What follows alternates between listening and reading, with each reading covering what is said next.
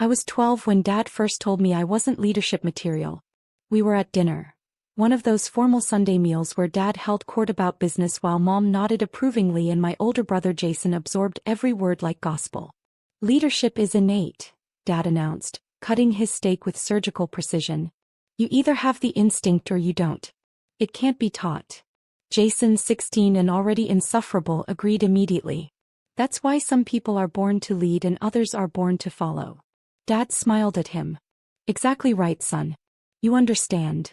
I'd asked a simple question about why our family company, Sterling Industries, had lost a major contract that month. I'd read about it in the business section, something Dad didn't know I did religiously. That's complex business strategy, Rebecca, Dad said dismissively. Not something you need to worry about.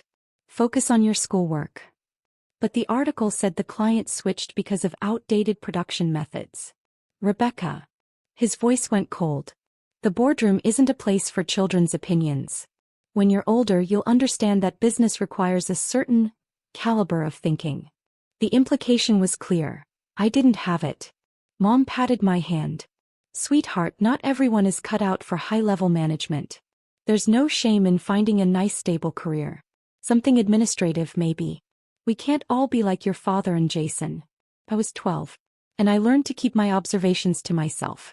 Sterling Industries was a third-generation manufacturing company specializing in industrial components. My grandfather built it from nothing in 1958. By the time I was born, it employed 800 people and generated about $200 million in annual revenue. Dad became CEO when I was 8 after Grandpa's death. Jason was being groomed as heir apparent from birth. Literally. There are photos of him as a toddler sitting in Grandpa's office chair wearing a tiny suit. I was an afterthought. The second child. The daughter. The one who asked too many questions and didn't have executive presence. Jason went to Princeton. I went to State University because Dad said private school was an investment in future leaders, and I should be practical about career expectations. Jason majored in business with a minor in economics. I majored in industrial engineering with a minor in finance. Jason barely passed. I graduated summa cum laude. At his graduation, Dad threw a party at the country club. At mine, I got a card with a $50 gift certificate to Olive Garden. Jason joined Sterling Industries immediately as Assistant Vice President of Operations, a title Dad created for him. I applied for an entry-level position in production planning. Dad rejected my application. It would look like nepotism, he explained over the phone. You need to build experience elsewhere first. Earn your place. Jason had literally never worked anywhere else. I got a job at Brennan Manufacturing, one of Sterling's competitors. Started as a junior production analyst making $42,000 a year. I worked 60-hour weeks, learned every aspect of manufacturing operations and made myself indispensable. Within 18 months I was promoted to senior analyst.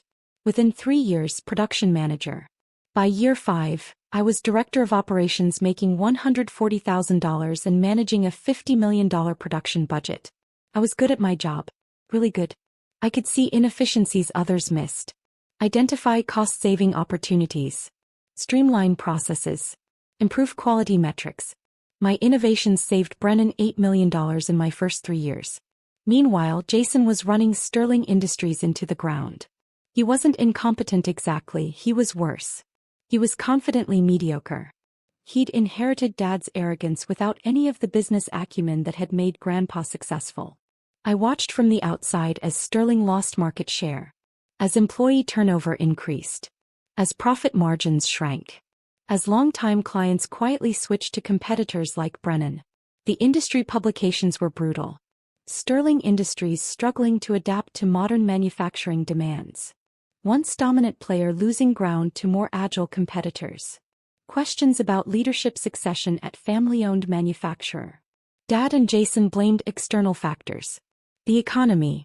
Foreign competition. Shifting market conditions. Never their own decisions. I said nothing. I wasn't part of Sterling Industries. My opinions weren't wanted. But I watched. And I planned. When I was 29, I did something that would change everything. Sterling Industries was publicly traded. Had been since Grandpa took it public in 1985. But Dad's family maintained controlling interest through ownership of 51% of shares. The remaining 49% was held by various institutional and private investors. It was a closely held stock, not heavily traded. Most shareholders were long-term investors who'd held positions for decades. I'd been investing aggressively since my first job, living below my means, maxing out retirement accounts, building a diversified portfolio. By age 29, I had $380,000 in liquid assets. I used every penny to start buying Sterling Industries stock. I bought slowly. Small lots purchased through different brokerage accounts.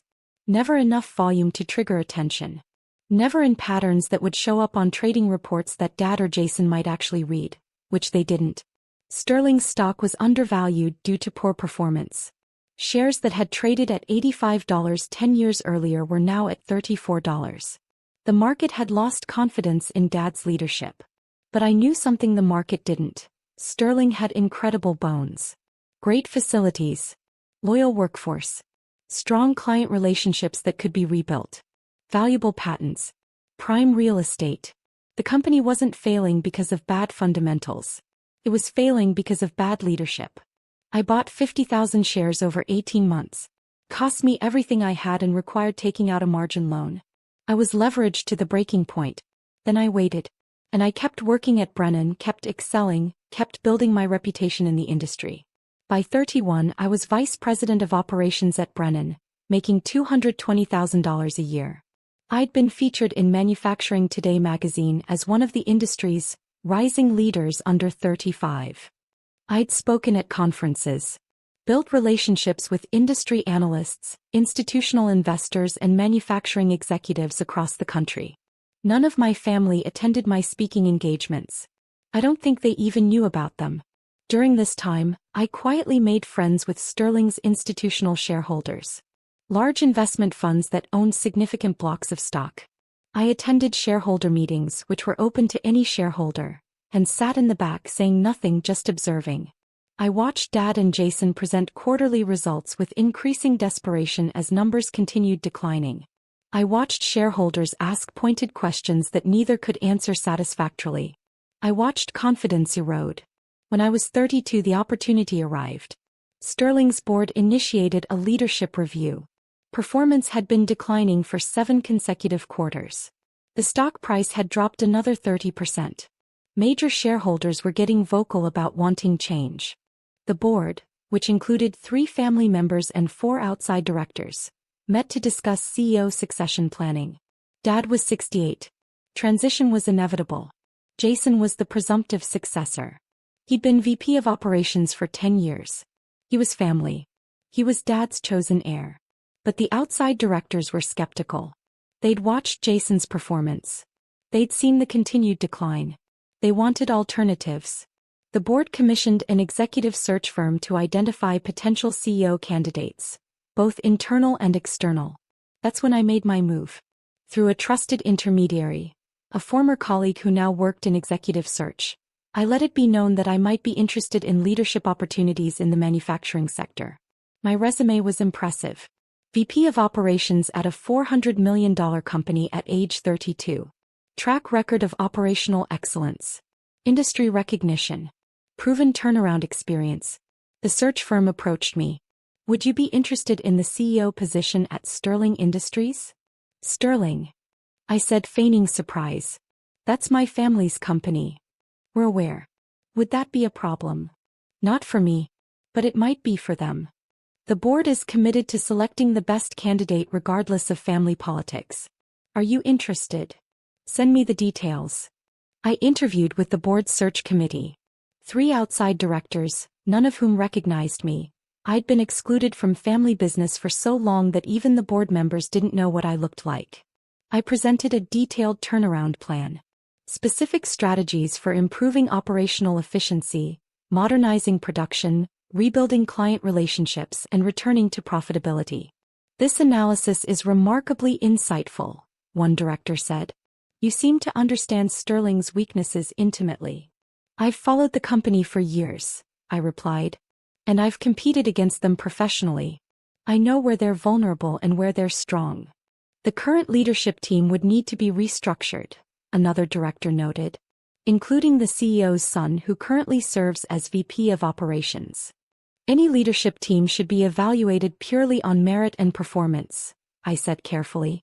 Family relationships shouldn't protect incompetence or prevent excellence. They loved that answer. I interviewed with the full board. Dad wasn't present. Conflict of interest during his own succession planning.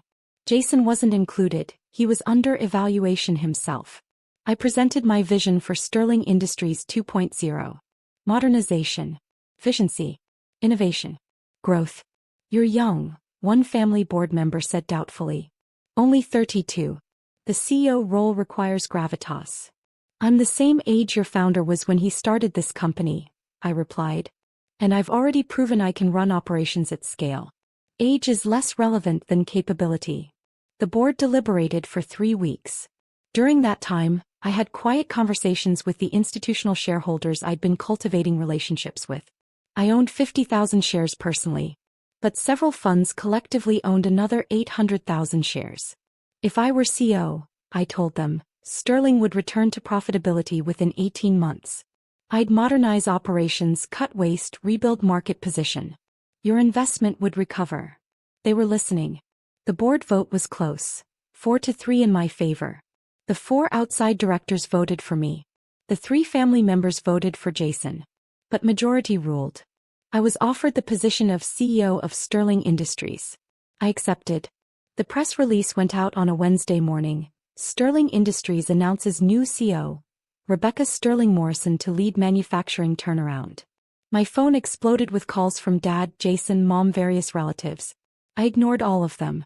The board scheduled a formal announcement for Friday, a shareholders meeting where I'd be introduced as the new chairman and CEO, where I'd present my strategic vision, and where the transition would be made official.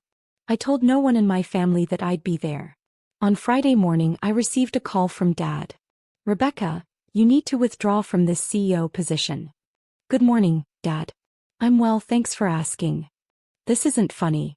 You're embarrassing the family. Jason is supposed to take over Sterling. That's been the plan for 30 years. Plans change when performance doesn't meet expectations. You went behind our backs. You manipulated the board. I interviewed for a position I was qualified for. The board selected the candidate they felt was best suited to lead the company. That's how meritocracy works. You have no right. I have every right. I'm a shareholder. I'm a qualified executive. I'm family whether you've acknowledged it or not. And I'm the board's choice. If you do this, you're out of the family. Completely. No inheritance. No relationship. Nothing. Dad, you cut me out of the family when I was 12 years old. You've just never made it official until now. I accept your terms. I hung up. That afternoon, I went to Sterling Industries headquarters for the first time in 23 years. Not as a rejected daughter. As chairman and CEO. The shareholders meeting was held in the main conference center. About 100 people attended, board members, major shareholders, company executives, media representatives. Dad and Jason were already there, sitting in the front row with Mom and several other family members. They looked confident. Smug even. They didn't know I was the new CEO. The press release had said Rebecca Sterling Morrison. My married name. They'd never connected it to me. I stood in the back of the room as the board chairman, William Hartley, called the meeting to order. Thank you all for attending today's special shareholders meeting, he began. As you know, Sterling Industries has been undergoing a leadership transition. After extensive evaluation, the board has selected a new chairman and CEO to guide our company forward. Dad was smiling slightly. He thought Jason was about to be announced. Our new leader brings extensive manufacturing experience, proven operational excellence, and deep understanding of our industry, William continued. Please join me in welcoming Sterling Industries' new chairman and CEO. I started walking toward the front. Rebecca Sterling Morrison. The room erupted in applause. Dad's smile vanished. His face went white. Jason's mouth literally fell open. Mom gasped audibly. I walked to the podium with my head high, wearing a navy suit that cost more than Dad's car payment. Confident. Professional. Prepared. William shook my hand warmly. Welcome, Rebecca. Thank you, William. I'm honored by the board's confidence. I turned to face the room. Made eye contact with Dad. Jason. Mom. Then I looked past them to the shareholders, the executives, the future. Good afternoon, I said. For those who don't know me, I'm Rebecca Sterling Morrison. My grandfather founded this company 67 years ago. I've spent the past 14 years building expertise in manufacturing operations, most recently as VP of Operations at Brennan Manufacturing. I'm here today because I love this company, I understand its potential, and I'm committed to restoring Sterling Industries to industry leadership. Dad stood up abruptly. This is inappropriate. The board can't just. Mr. Sterling, William interrupted firmly, you're no longer CEO. Please sit down or leave the meeting. Dad's face turned purple. But he sat. I continued with my presentation. Detailed analysis of Sterling's current challenges. Specific strategies for improvement. Timelines. Metrics. Goals. The shareholders were engaged, asking intelligent questions. I answered every one with specificity and confidence. After 40 minutes I concluded. Sterling Industries' best days aren't behind us. They're ahead of us. Under my leadership we'll modernize, innovate and compete. Thank you. Strong applause. Several shareholders approached afterward to introduce themselves and express support. Dad, Jason and Mom remained seated looking stunned. Finally, as the room cleared, Dad approached me. Rebecca. We need to talk. Do we? You can't do this. You're destroying everything Jason was meant to inherit. Jason was meant to inherit a company he'd successfully run. He hasn't. The board recognized that. I'm the solution. Your family, Mom said, her voice breaking. How could you do this to your brother? How could you do what you did to me? I replied quietly. Dismiss me. Exclude me. Tell me I wasn't leadership material. Refuse to hire me. Never acknowledge my achievements. Make me feel worthless for 32 years. We never said you were worthless, Dad protested. You said it every day. In every decision. Every exclusion. Every dismissal. You just never used the actual word. Jason found his voice. You're stealing my inheritance. I'm not stealing anything. I earned this position. The board chose me based on merit. Something neither of you understand. The family won't accept this, Dad said. The family doesn't have a choice. I'm the chairman.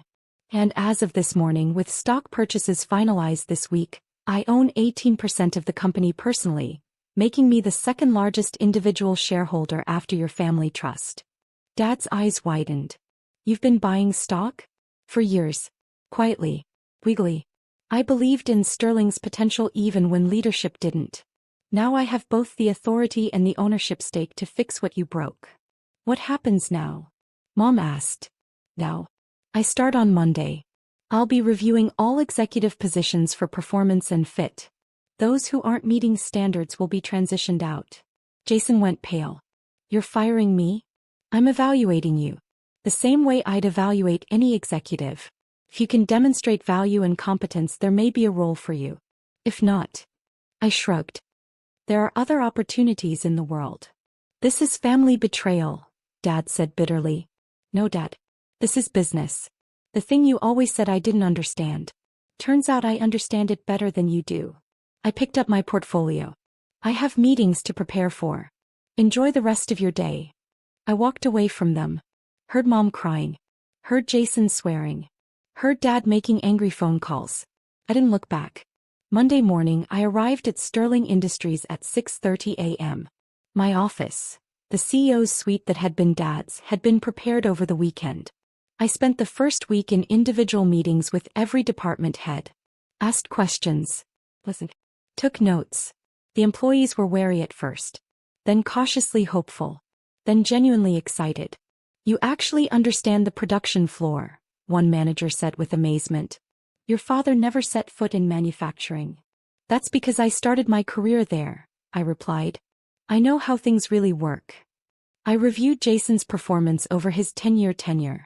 It was worse than I'd thought. Cost overruns. Missed deadlines. Poor vendor relationships. Low employee morale in operations. I called him into my office on Friday of my first week. Jason, I've completed my evaluation of the operations division. He sat stiffly, defensively. And your performance hasn't met standards. The division has declined significantly under your leadership. I'm restructuring operations and your position is being eliminated. You're firing me. I'm eliminating a redundant role and reallocating resources. You'll receive 6 months severance and outplacement support. Dad will never forgive you. Dad doesn't run this company anymore. I do. He left without another word. Over the next 6 months, I transformed Sterling Industries, modernized production systems, renegotiated supplier contracts, rebuilt relationships with lost clients, improved quality control, invested in employee training, cut waste ruthlessly. I worked 80-hour weeks, lived at the office, proved myself every single day. The numbers told the story. Quarter 1, operating losses reduced by 35%. Quarter 2, return to profitability. Quarter 3, revenue up 12%. Quarter 4, profit margins at highest level in 8 years. The stock price recovered from $28 to $52. Industry publications that had written Sterling's obituary now featured our turnaround as a case study. Sterling Industries' remarkable revival under new leadership. How Rebecca Sterling Morrison saved her family's company. The CEO who came home to fix what others broke. My parents didn't attend the annual shareholder meeting where I presented year 1 results to standing applause. Jason took a job at a small manufacturing firm in another state. We don't speak. Mom sends occasional emails. I miss you. Can we talk? Please call. I don't respond. Dad sent one letter 6 months after I took over. I opened it. Rebecca, I was wrong about you. I see that now. You've accomplished what I couldn't.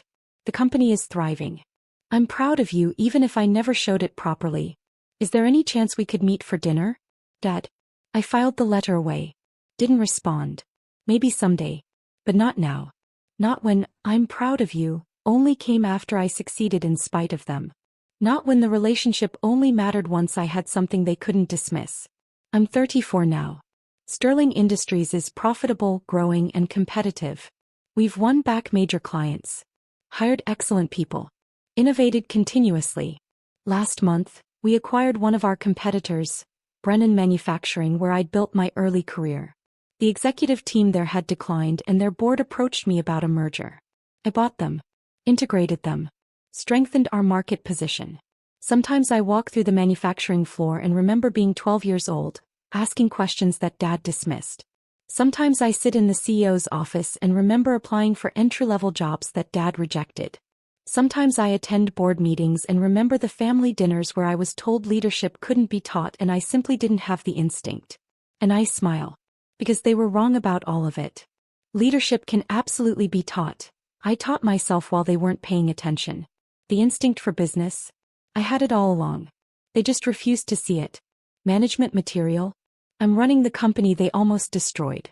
My desk has a photo from Grandpa's office. Him standing in front of Sterling Industries' original facility in 1958, when it was just a small warehouse and big dreams. Under it, I placed a plaque with his favorite quote, "Success is the best response to those who doubt you." He knew what it took to build something from nothing. He would have been proud. And unlike my parents, I think he would have seen my potential all along. The intercom buzzes. My assistant's voice. "Miss Sterling Morrison, the board is ready for the quarterly review."